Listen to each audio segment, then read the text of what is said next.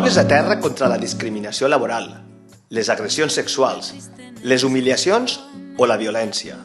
Dones a terra contra l'explotació o la publicitat sexista. Dones a terra el 25N, la jornada més violenta de l'any, el dia més reivindicatiu, en plural i femení. Prop d'un centenar de persones a la concentració d'Alfarrasí, davant l'Ajuntament, en una vesprada per a reivindicar i posar l'accent en el que encara queda per fer. Estem molt dolgudes perquè 51 dones i 3 menors són moltes persones.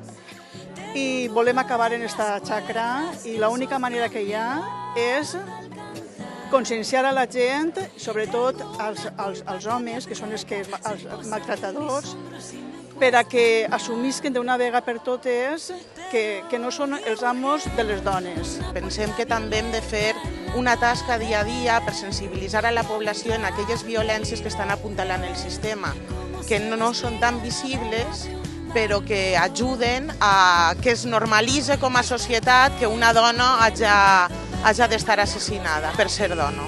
Que un dia com aquest també es pugui fer a nivell comarcal és superimportant. I per això fan falta les reivindicacions, perquè a dia d'avui moltíssima gent encara continua silenciant aquestes manifestacions violentes que ocorrissin dins de l'àmbit de casa, dins dels col·legis.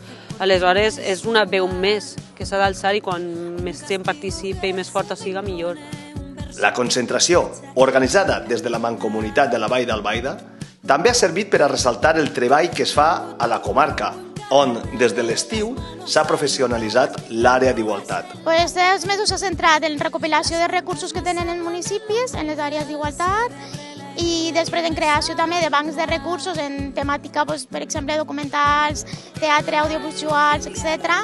I gent que fa la formació o plans d'igualtat, per exemple, com un banc de recursos que els municipis ens puguen preguntar i que siga molt més fàcil per a cada municipi fer activitats, formació, etc. en tema d'igualtat. Des de la Mancomunitat hem pensat que una bona iniciativa seria fer un acte a nivell comarcal, concentrar-lo a un municipi de la comarca, com és el cas d'Alfarrasí, i convocar a tots els municipis que s'apropen a aquest acte.